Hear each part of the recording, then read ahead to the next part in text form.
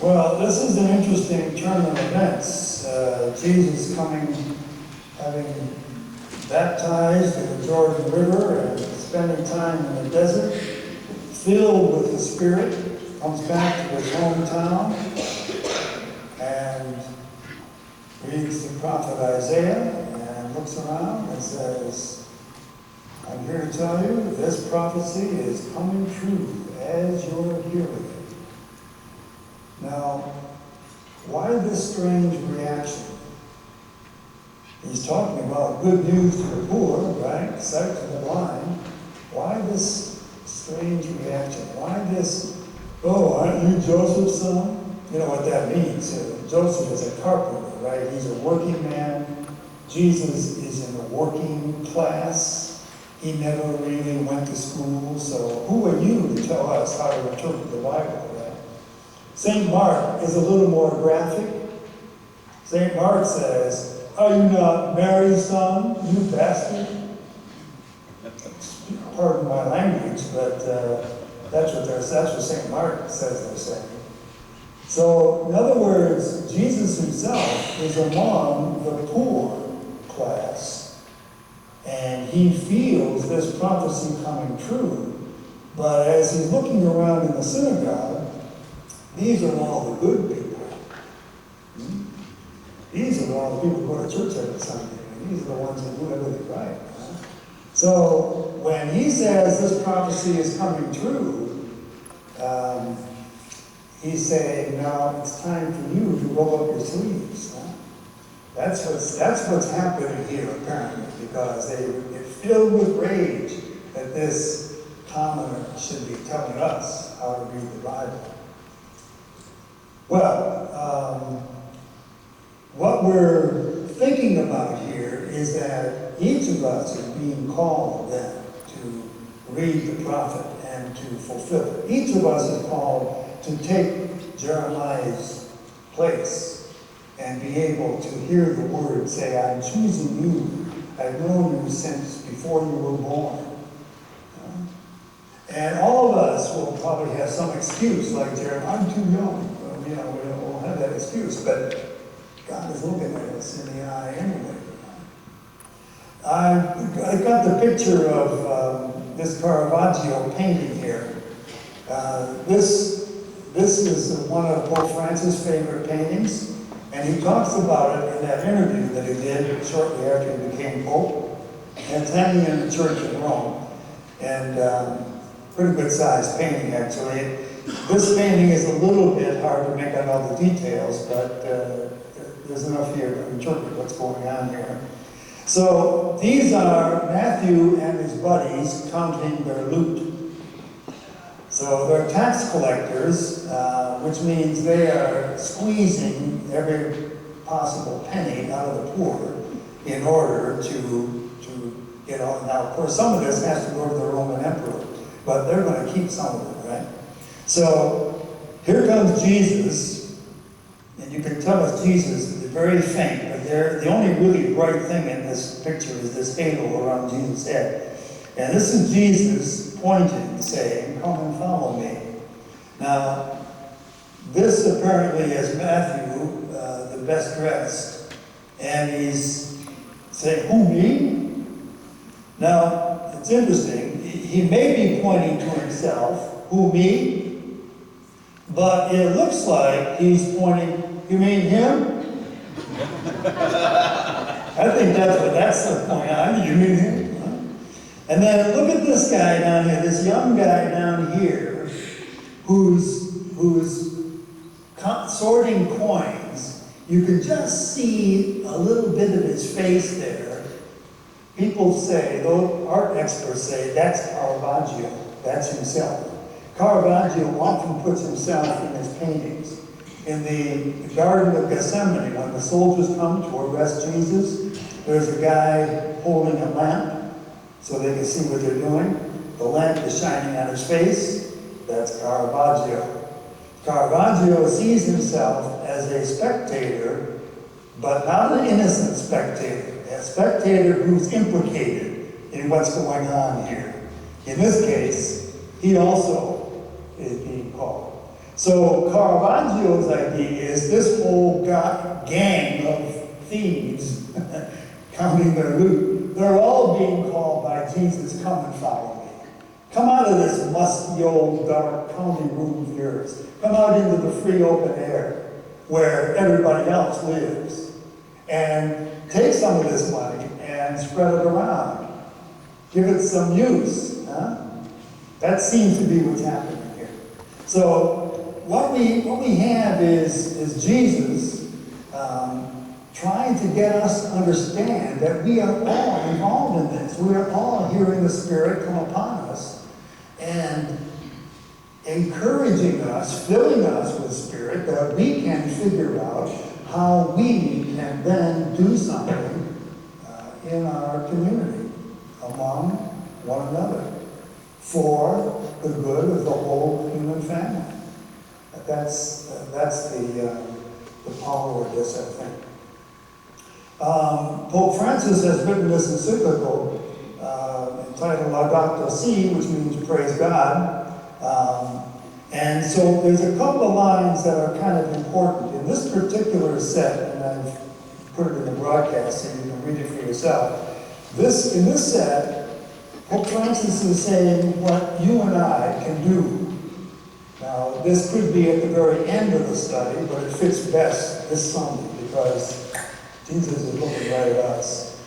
And what the Pope is suggesting is that we take a look at our throwaway culture. That we live in a throwaway culture where everything quickly reduces to rubbish.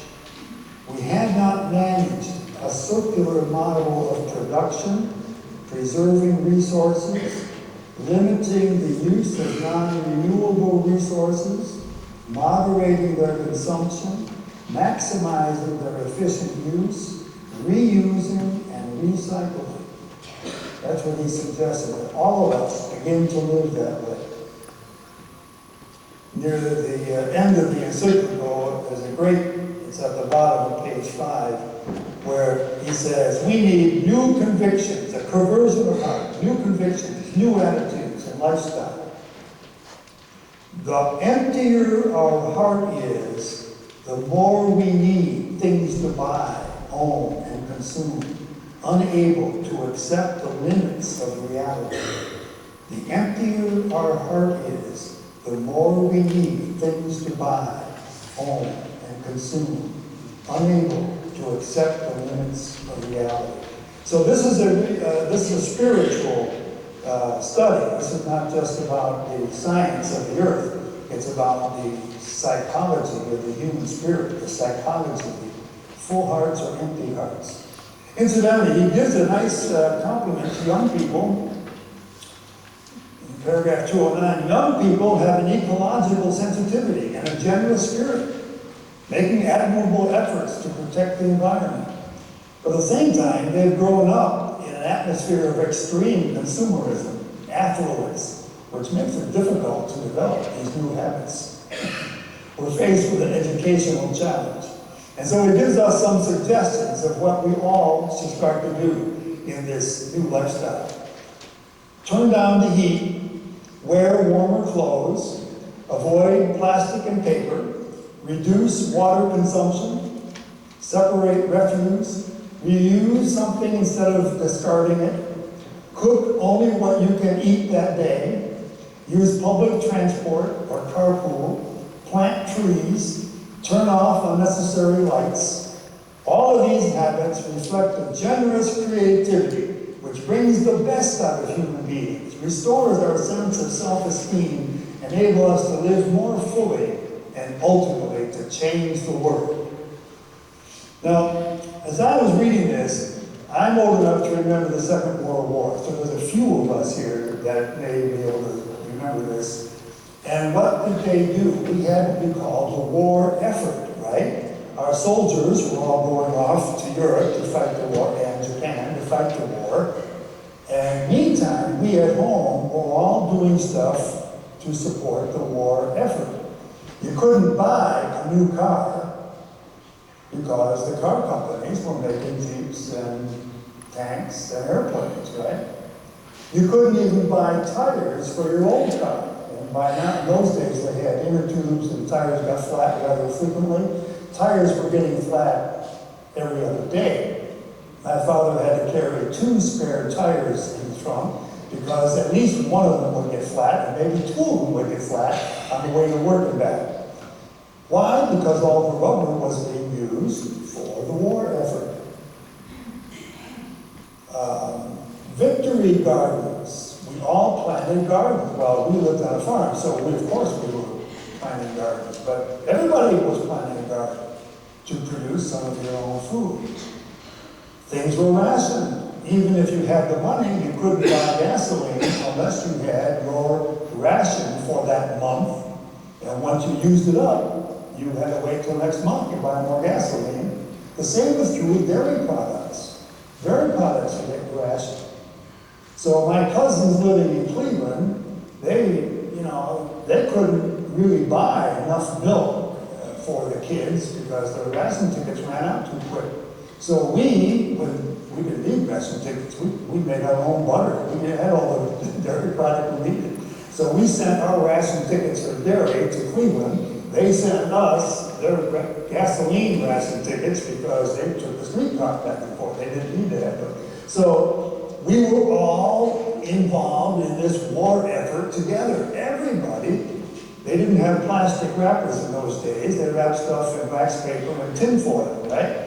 What did you do with the tinfoil? You didn't just throw it away. You separated it from the paper, and then you rolled it up in little balls, took it to the post office, and then they collected tinfoil, because they needed that to probably make bullets, I suppose. But it was the war effort, and everybody was doing it. Pope Francis is calling for a worldwide, he wouldn't call it a war effort, he would call it a care effort. The subtitle of this document is Care of Our World, right? Care of our common home. So he's calling for a worldwide conversion where everybody will be more conscious of caring for our world. He says, the convictions of our faith that I'm setting before you enrich the meaning of this conversion. Christ has taken unto himself this material world, and now, risen, is intimately present to each being, surrounding it with affection, penetrating it with divine light. I ask everyone to recognize and fully live this dimension of your conversion. May the power and the light of grace which we have received be evident in our relationship to other creatures and to the world around us. In this way, we'll help nurture that sublime fraternity with all creation that St. Francis of Assisi so radiantly embodied. So that's his hope. Now, interestingly, that's what St. Paul is doing for the church in Corinth also, right? Paul has heard, as the beginning of the epistle, I've heard there's factions among you, fighting over who's the better Christian, right? I'm for Apollos, I'm for Paul, I'm for Peter. And he's saying, no, there's different gifts. Isn't one better than the other? Everybody is part of the same body. And no part can say to another part, I don't need you. You need each other. And then let me tell you the best gift of all. Love one another. Love one another. And so this whole paean of love, now many of us have heard this when we've gone to a wedding. A lot of times young couples will choose this passage for their wedding. Love is patient, love is kind, love is not boastful, it does not insist on its own way, it's not irritable or resentful, it rejoices in the truth, it bears all things, believes in all things, hopes all things, endures all things, love never ends. Well, that's the same thing Pope Francis is saying. We have to assume a lifestyle of love. Love means caring for one another, not just concerned about ourselves, not just sitting in our dark little counting room counting our loot, but sharing with one another. So love never ends. Tongues will cease, knowledge will come to an end, but Now there are faith, hope, and love, but the greatest of these is love. So we pray with one another, and we pledge to assume a new lifestyle. So these few quotes that I've taken kind of give you an idea of what he's talking about in terms of lifestyle. Whenever you get the full document, these paragraphs tell you where I got it from, and you can read the whole paragraph for yourself. So we'll be having those available before we finish with Lent. You'll have a copy of the exhibit. So today it's a matter of saying, oh, he's looking right at me. Who, me? Yeah, you, huh? All of us together. We're all in this together. And we all are called by the prophet to reach out and shake hands with one another. Love one another as I have loved you.